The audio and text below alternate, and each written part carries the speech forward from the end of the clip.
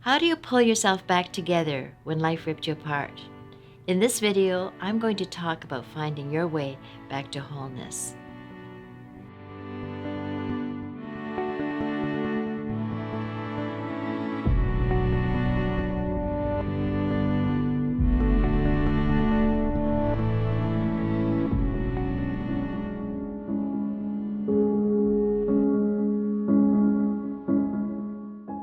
The night that Candace disappeared, I could focus only on one thing, my fear for her.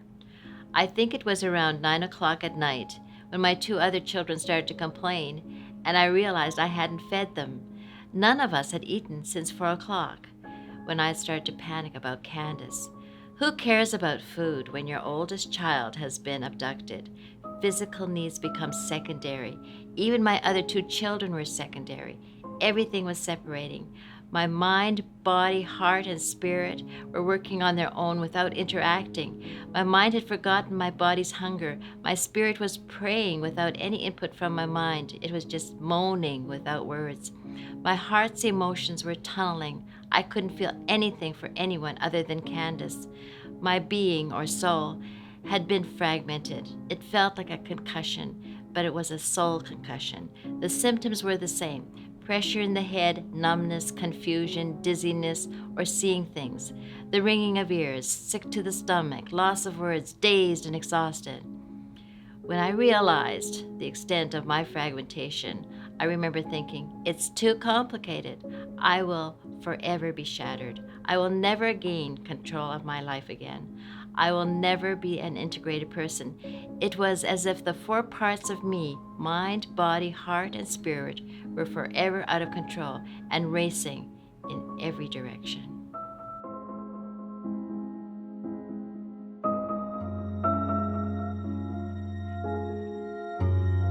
She looked at me and said, I admire your ability to forgive, but I can't forgive. I will never forgive. Then she told me that ever since her husband had left her, she couldn't sleep, she couldn't concentrate, she didn't want to go to church anymore, and she hated men. All she could do was binge on Netflix. I can't count the times I've heard that. The word forgiveness is powerful, but it isn't a one-time instantaneous word. It is a challenging word. It is only an introduction that has the power to begin the long process of healing. Forgiveness is a process.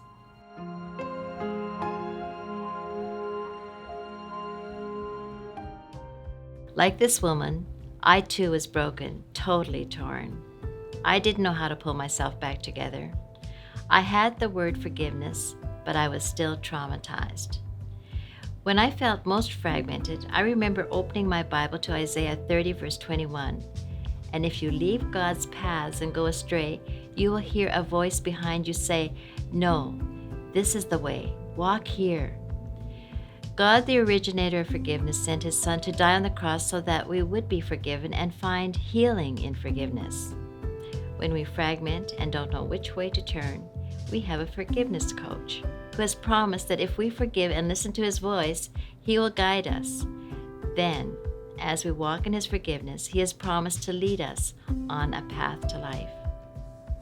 If you're finding it difficult to pull the pieces of yourself together, I pray that you will have patience with yourself on this forgiveness path, and that you will hear the voice of God behind you, guiding you to life and healing.